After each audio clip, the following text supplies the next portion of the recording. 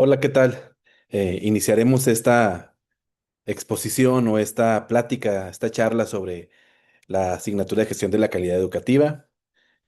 Los saludo con mucho gusto. Bien, pues me gustaría iniciar diciéndoles quién es el que les habla. Mi nombre es Gilberto Antonio Holguín Navarro.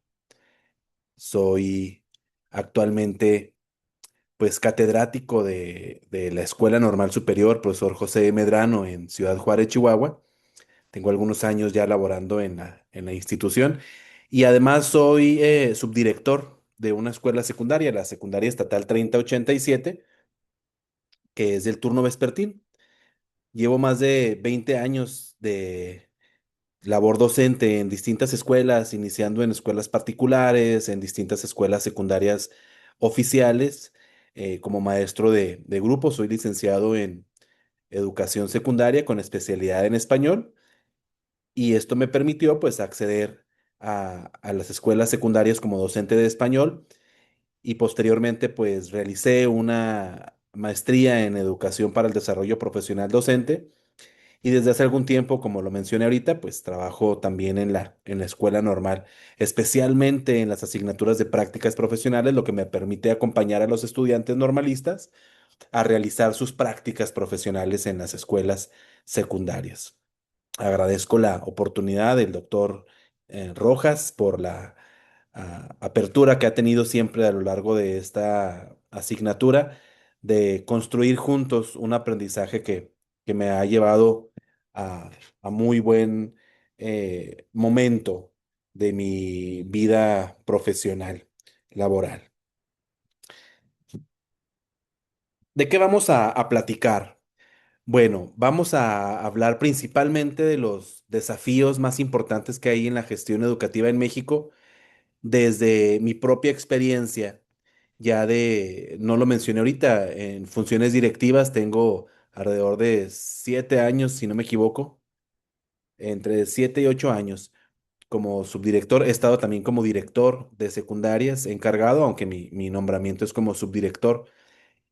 Y todo esto he visto desde mi experiencia, insisto, desde mi ciudad, que es Ciudad Juárez, Chihuahua, que tiene muchas particularidades por ser una ciudad fronteriza, una ciudad con mucho movimiento de alumnado migrante, a través de 5 propuestas específicas de solución, en donde primero pues hablaremos un poco de cuál es la problemática que he encontrado y cómo pretendo a partir de estas propuestas de intervención encontrar un mejor camino. Más allá, quiero hacer un paréntesis importante para platicarles que más allá de la oportunidad de proponer la creación de una institución o de una escuela o de un programa de posgrado, mi intención es con mi realidad, con estas dos realidades que les platico de la normal superior y de la escuela secundaria, fusionar el trabajo que tengo con las dos escuelas para poder implementar un programa de tutoría, de acompañamiento que ahorita voy a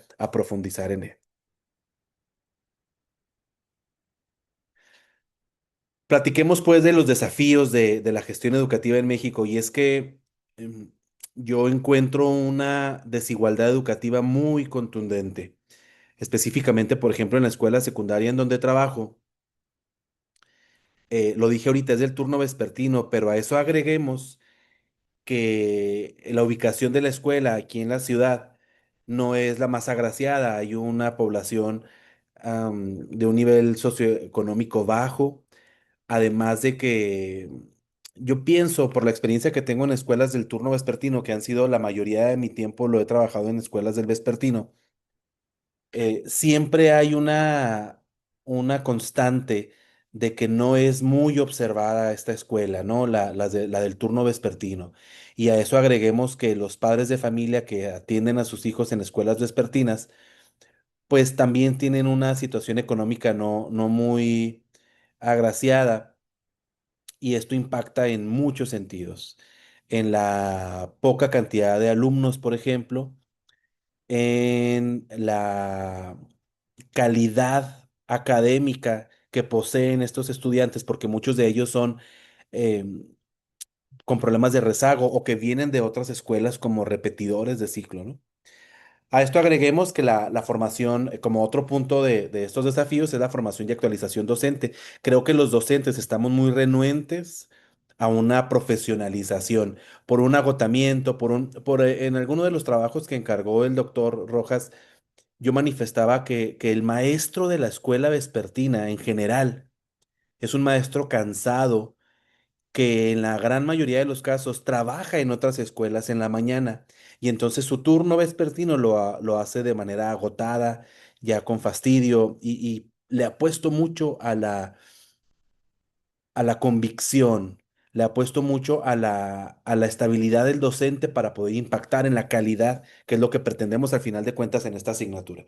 Otro de los desafíos, pues, es la infraestructura que hay en las escuelas en función de los edificios, por ejemplo, en la ciudad, aquí en Juárez, es un clima muy extremo, tanto en invierno como en verano. Hoy particularmente en verano, es un calor muy extremo. Estamos a unos días de que inicie el ciclo escolar 2026-2027 y el calor es extremo. Y aunque hay mini splits o refrigeraciones en los salones, no dan abasto, el calor es muy fuerte y entonces creo que es un desafío importante en la infraestructura, la deserción que platicaba ahorita en otro momento y la integración de la tecnología, que es como un desafío recurrente y cada vez más demandante en las escuelas, específicamente en la escuela donde yo trabajo, que en la secundaria estatal 3087.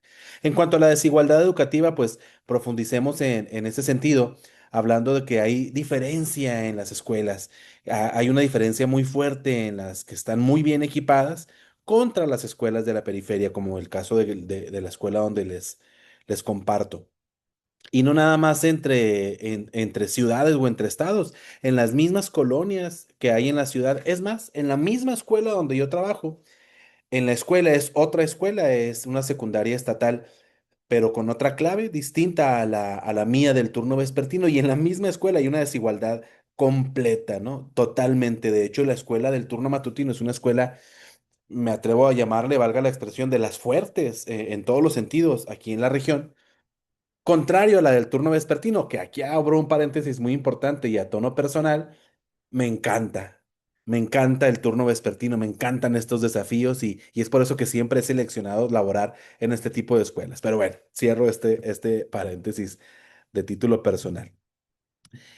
Y los normalistas, en otro sentido, y aquí es donde voy a empezar a fusionar mi propuesta, lo viven de primera mano en estas escuelas. Específicamente tengo alumnos de la normal que practican en mi secundaria, por eso me atreví a hacer esta fusión.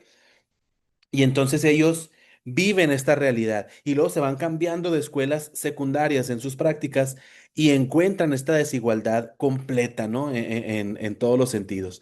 Hablando ahora del punto número dos en cuanto a la formación y actualización docente, pues encontramos también en cuanto a los cursos que aportan otras veces, o muchas veces lo ven como un trámite. Tengo que capacitarme. Ahí viene la semana que entra el Consejo Técnico Escolar al inicio del ciclo escolar y yo sé perfectamente que muchos de los maestros llegan con una renuencia y que tienen que atender su profesionalización porque así lo dicta el propio sistema educativo, más allá de la propia voluntad, de esta convicción o persuasión de la que les platicaba. Y pues en el sentido personal, la doble responsabilidad implica actualizarme de manera personal y además formar a futuros maestros en cuanto a la normal superior. Y pues este mismo doctorado es mi respuesta ante este desafío, esta profesionalización de la que nadie me está obligando, de la que yo de manera personal he decidido participar. En cuanto a la infraestructura, les comentaba ahorita que la escuela comparte el edificio con otra escuela en el turno de la mañana, nosotros somos turno vespertino, además de que la poca matrícula del alumnado es muy fuerte. En la mañana, los grupos de la otra escuela que les comparto son grupos de 45 alumnos y en mi caso son grupos de 20 alumnos. A eso agreguemos que en la mañana estamos hablando de 18 grupos en total entre los 3 grados de secundaria y en mi turno son solamente 9, 3 grados de primero, 3 de segundo y 3 de tercero. Entonces hay una diferencia abismal en ese sentido. Y ese número particularmente pues se usa para cuestionar si vale la pena el turno ante la sociedad, no ante los ojos de los docentes ni de los directivos, ante la sociedad. Voltean a ver las dos escuelas y por los mismos números se llega a la intuición de que podemos cuestionar la realidad de cada una de las escuelas a partir de la matrícula, por ejemplo. En cuanto a la deserción escolar, hablamos de la necesidad de trabajar desde edad temprana en los propios estudiantes de la secundaria. Muchos de los alumnos de secundaria no terminan la secundaria o la escuela, sus estudios, para irse a trabajar. Aquí en Ciudad Juárez es muy, muy común, seguramente lo pueden ustedes saber a nivel nacional, la manufactura, la industria maquiladora es muy fuerte en la ciudad y contratan desde menores de edad. Entonces, los estudiantes prefieren irse a trabajar, apoyar en casa. Sin embargo, pues ya empiezan también las cuestiones de la propia adolescencia que prefieren estar fuera de la escuela que dentro de la escuela. Pero ¿qué pasa para que prefieran eso? Además de la necesidad. ¿Dónde queda el interés, la convicción del estudiante? En cuanto, por ejemplo, a la falta de interés en los planes de estudio por parte de los docentes, ojo aquí, em, pienso que todavía falta mucho arraigo, mucha pertenencia a la currícula nacional. Chihuahua, entre los 10 estados con más deserción en educación superior, por ejemplo, ahora en la normal, es estadísticamente, pues, de los estados con mayor deserción y que no terminan su licenciatura.